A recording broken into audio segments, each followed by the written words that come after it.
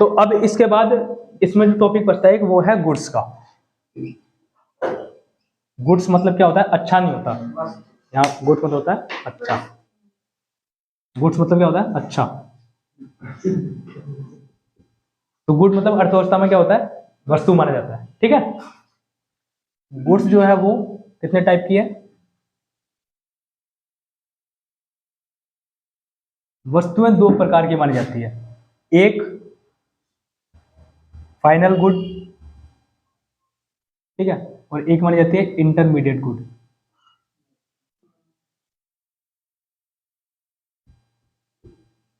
Goods इसे हम कहते हैं अंतिम वस्तुएं।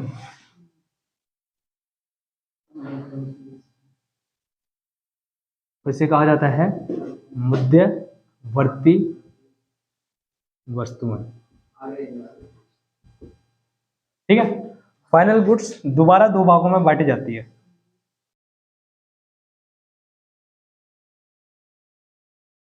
एक होती है कंज्यूमर गुड्स और एक होती है कैपिटल गुड्स। मतलब इसे कहते हैं हम उपभोक्ता वस्तुएं।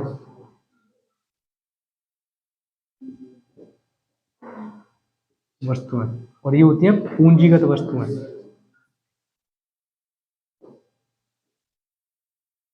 वस्तुएं उपभोक्ता वस्तुएं अगेन चार भागों में बांटी जाती है।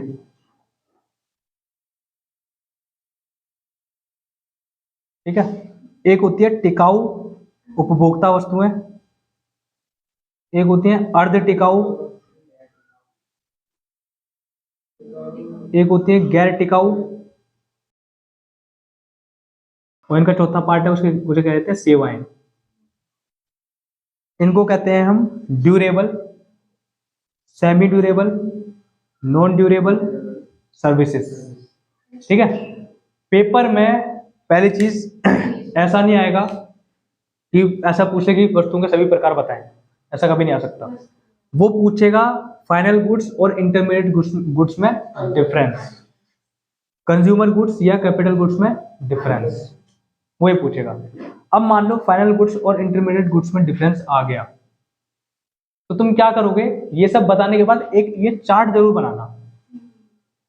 ठीक है। इनमें अगर इनका पूछा तो इनमें से किसी का भी डिफाइन नहीं करना है कि ये होते हैं, कुछ नहीं करना, इनका बताना है और सिर्फ ये चार्ट बना देना है। ठीक है। एमसीक्यू में एक बार क्वेश्चन पूछ लिया गया था हमारे टाइम पर ही कि जो कंज्यूमर उपभोक्ता वस्तु वो किस तरह की गुड है, किस तरह की वस्तु है? तो अंतिम वस्तु है। पूंजीगत वस्तु किस तरह की वस्तु है? अंतिम वस्तु है। मतलब अंतिम वस्तुओं के दो प्रकार क्या है? उपभोक्ता वस्तुएं, पूंजीगत वस्तुएं, consumer goods and capital goods. अब हम एक एक करके इसको समझेंगे, पहले इसको नोट डाउन कर लो। देखो पहले चीज तो दो वर्ड में तुम्हें बताता हूँ, दो वर्ड समझ लेना तो तुम्हें चीज समझ आ जाएगी। एक वर्ड होता है प्रोडक्शन बाउंड्री। प्रोडक्शन बाउंड्री ये ऐसे वर्ड हैं जो तुम्हें डेफिनेशन में डालने ही डालने हैं, इनके बिना जो डेफिनेशन है वो थोड़ी सी अधूरी रहेगी। इसे कहते हैं उत्पादन की सीमा रेखा। उत्पादन की सीमा रेखा, ये सीमा और रेखा। ठीक है। और एक दूसरा वर्ड है वो होता है फाइनल यूजर।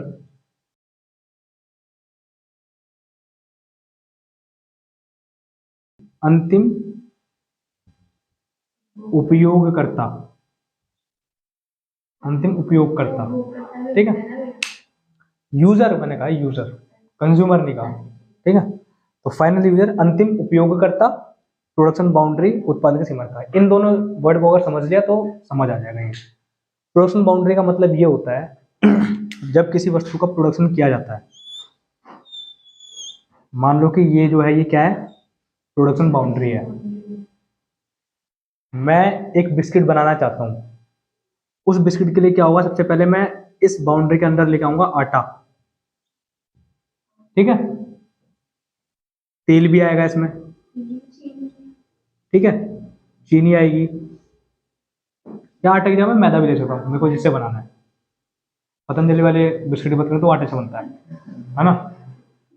तो ये सब चीजें, कहने का मतलब है कि कोई भी वस्तु जब तक वो प्रोडक्शन लाइन के अंदर अंदर है, ये प्रोडक्शन लाइन है, उसके अंदर है, मतलब प्रोडक्शन बाउंड्री का मतलब है जिस बाउंड्री के अंदर किसी चीज का उत्पादन हो रहा है, अभी उसका उत्पादन पूरा नहीं हुआ, जिस बाउंड्री के अंदर उसका प्रोडक्शन हो रहा है उसको हम बोलते हैं, किसी वस्तु का प्रोडक्शन हो रहा है उसको हम बोलते हैं प्रोडक्शन बाउंड्री। पहले चीज तो ठीक है, ये वर्ड समझ आया। ये अगर कोई वस्तु बन के तैयार होकर यहाँ से निकल जाए तो हम बोलेंगे कि यार इस वस्तु ने, इस गुड ने जो प्रोडक्शन बाउंड्री है इसको क्रॉस कर दिया, इसको पार कर दिया, मतलब इसे बोला जाएगा कि इस वस्तु ने उत्पादन की सीमा रेखा को पार कर दिया। ठीक है, दूसरी चीज जो वर्ड मैंने बताया वो है फाइनल यूजर, अंतिम उपयोगकर्ता। अंतिम उपयोगकर्ता का मतलब ये है कि कोई भी व्यक्ति उस वस्तु को डायरेक्ट यूज कर पा रहा है। मेरे पास ये मार्कर आया और मैं इसका यूज कर पा रहा हूं, तो मैं क्या हो गया यहाँ पर, अंतिम उपयोगकर्ता हो गया। उस व्यक्ति, वो जो गुड है, उस वस्तु को एंड में कौन यूज कर रहा है, तो जो यूज कर रहा है ना उसको बोलेंगे फाइनल यूजर, अंतिम उपयोगकर्ता। ये दो वर्ड समझ आ गए। ठीक है, अब इस डेफिनेशन को समझना है इसकी। फाइनल गुड्स कौन सी होती हैं? फाइनल गुड्स वो गुड्स होती हैं जिन्होंने उत्पादन की सीमा रेखा को पार कर लिया। अब जैसे ही मैंने ये बात बताई इसका मतलब ये कि वो वस्तु बनकर तैयार हो गई। पहली चीज तो ये तुम्हारे माइंड में आ गया होगा। दूसरी चीज कि वो अपने फाइनल यूजर के लिए तैयार है, मतलब उसके उपयोग में आने के लिए तैयार है, फाइनल यूजर के यूज में आने के लिए वो तैयार हो चुकी है। ठीक है, इसका एग्जांपल क्या है, जैसे मान लो मैं कार खरीदने के लिए गया, प्रोडक्शन लाइन में जब तक थी तब तक उसके पुर्जे उर्जे उसमें ऐड हो रहे थे, टायर लगा रहे थे, ठीक है, उस पर पॉलिश की जा रही थी, और जैसे ही प्रोडक्शन लाइन के बाहर हुई तो इसका मतलब क्या है कि वो वस्तु बनकर तैयार हो गई। तो इसका मतलब उस कार ने उत्पादन की सीमा रेखा को पार कर लिया और मैं उसको खरीदने के लिए गया, मैंने उसको खरीदा। अब मैं कौन हूं? मैं हूं फाइनल यूजर, तो मैं उसको यूज कर रहा हूं, अब मैं उसको यूज कर सकता हूं क्योंकि वो अंतिम जो उपयोग करता है उसके प्रयोग में आने के लिए तैयार है वो वस्तु। दोबारा रिपीट कर रहा हूं, फाइनल गुड वो गुड होती है जिसने प्रोडक्शन बाउंड्री को पार कर लिया है और जो फाइनल यूजर के यूज में आने के लिए तैयार है। इन दो वर्ड्स का यूज करना ही पड़ेगा डेफिनेशन में, वरना वो अधूरी है। ठीक है, एक चीज और बता दे रहा हूं, एक और वर्ड होता है और उस वर्ड का नाम है वैल्यू एडिशन। इसे हिंदी में कहते हैं मूल्य वृद्धि। क्या बोलते हैं? मूल्य वृद्धि। वैल्यू एडिशन का मतलब क्या होता है? किसी वस्तु के निर्माण में जो भी पैसा लगता जाता है उसे कहते हैं वैल्यू एडिशन। एग्जांपल के लिए मैं बताता हूं, मेरे हाथ में क्या है, ये मार्कर है। अब इस मार्कर का ढक्कन किसी और ने बनाया होगा, ठीक है, इंक किसी और ने, और इंक जिस चीज में डाल रहे हैं वो जो रिफिल है इसकी वो किसी और ने बनाई होगी। तो सबसे पहले मेरे पास सिर्फ एक खोखा था 5 रुपए का, ठीक है, ये मैं फिर इस खोखे में जो रिफिल डाली गई 10 रुपए का, ठीक है, उसके बाद इंक लेके आया 10 रुपए की, तो 10 10 20 और 25, ढक्कन लेके आया 5 रुपए का, 30 रुपए का ये बन गया मार्कर। तो वो जो 10 रुपए, 5 रुपए, दोबारा 10 रुपए, फिर दोबारा 5 रुपए जो ऐड हुए, ये है वैल्यू एडिशन। उसके मूल्य में वृद्धि होना बार बार, ये क्या कहलाती है? मूल्य वृद्धि कहलाता है, वैल्यू एडिशन कहलाता है। ठीक है, अब मुझे एक चीज बताओ, जो कार उत्पादन की सीमा रेखा को पार कर चुकी थी, क्या उसमें वैल्यू एडिशन होगा? तो नहीं होगी। तो इसका मतलब क्या हुआ, जब भी हम फाइनल गुड्स की डेफिनेशन लिखेंगे तो इन 3 वर्ड्स का यूज करेंगे और क्या बोलेंगे? ऐसी गुड्स जो प्रोडक्शन बाउंड्री को पार कर चुकी हो और वही गुड्स फाइनल यूजर के यूज में आने के लिए तैयार हो और उस गुड्स में कोई भी मूल्य वृद्धि या वैल्यू एडिशन ना किया जाना हो, उसमें कोई भी वैल्यू एडिशन नहीं किया जाएगा, वो गुड्स फाइनल गुड कहलाएगी। एग्जांपल के लिए गृहस्थ जो लोग होते हैं, फैमिली जो होते हैं, उसके द्वारा कार का प्रयोग, उसके द्वारा बाइक का प्रयोग, तो वो क्या है? फाइनल गुड्स बन जाएगा। ये बात समझ आई है? ठीक है, अब इसी में देखना इंटरमीडिएट गुड्स, इसी से समझ जाओगे। इंटरमीडिएट गुड्स कौन सी होती है? ऐसी वस्तु जिसने प्रोडक्शन बाउंड्री को अभी पार नहीं किया है। अब पार नहीं किया इसका मतलब वो गुड्स बन रही है अभी, मतलब वो जो गुड्स है वो एक तरह से कच्चे माल के रूप में उसका प्रयोग हो रहा है। जैसे मैंने बताया तेल, चीनी, आटा, ये सब क्या है? ये कच्चा माल के रूप में बिस्किट बनाने का प्रयोग हो रहा है ना, तो बिस्किट बनाने के लिए इनका प्रयोग हो रहा है, इसका मतलब ये सब क्या है, मध्यवर्ती वस्तु है। इसका मतलब ये हुआ जिस भी गुड्स ने प्रोडक्शन बाउंड्री को पार नहीं किया है वो इंटरमीडिएट गुड्स है, अंडर प्रोडक्शन, ठीक है। और फाइनल यूजर के यूज में आने के लिए तैयार नहीं है। क्यों? एक व्यक्ति यहाँ पे क्या कर रहा था, बिस्किट बना रहा था, उसने आटा, तेल और चीनी उसको करके एक लेप बना दिया। अब मैं जाके मैं उसको खा तो सकता नहीं हूँ, मैं फाइनल यूजर हूँ, मैं जाके खा नहीं सकता। इसका मतलब मेरे यूज में नहीं है, वो फाइनल यूजर के यूज में आने के लिए तैयार नहीं है, ठीक है। ये है। और इसमें वैल्यू एडिशन भी किया जाना है, इसमें तो और होगा वैल्यू एडिशन, इसकी पैकेटिंग की जाएगी, ठीक है, तो इसमें और भी वैल्यू एडिशन होगा। ये बात समझ आएगी। इसका मतलब इंटरमीडिएट गुड्स कौन सी हुई, जो प्रोडक्शन बाउंड्री को जिसने पार नहीं किया, फाइनल यूजर के यूज में आने के लिए तैयार नहीं है और वैल्यू एडिशन किया जाना है। देखो कोई गुड्स, एक ही गुड किसी व्यक्ति के लिए फाइनल गुड हो सकती है और किसी के लिए इंटरमीडिएट हो सकती है। ये किस चीज पर डिपेंड करता है? ये डिपेंड करता है फाइनल यूजर पर।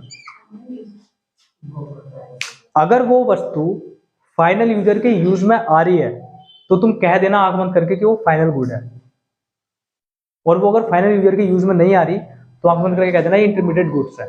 जैसे मैं बताता हूँ, जैसे मान लेते चीनी। अब चीनी जो है, मैं घर पे हूं और मैं चाय बना रहा हूं, मैंने चीनी ली तो मेरे तो यूज में आ रही है ना वो, तो चीनी मेरे लिए क्या हो गई, वो मेरे लिए एक फाइनल गुड हो गई, अंतिम वस्तु। लेकिन सोचो मैं ही वो व्यक्ति हूं जो बिस्किट बना रहा हूं और मैं तेल लेके आया और साथ में चीनी भी लेके आया, मैंने उसको उसमें मिलाया, वो मेरे लिए क्या है, वो मेरे लिए फाइनल गुड्स नहीं है, वो इंटरमीडिएट गुड्स बन जाएगी। डिपेंड क्या करेगा? डिपेंड ये करता है कि वो फाइनल यूजर के यूज में आ रही है कि नहीं आ रही, क्योंकि बिस्किट का जो फाइनल यूजर है वो व्यक्ति है जो बिस्किट खाना पसंद करता है, वो बिस्किट खाना पसंद करता है, वो लेप नहीं खाएगा, बिस्किट ही खाएगा। इसको एक और एग्जांपल से समझ लो।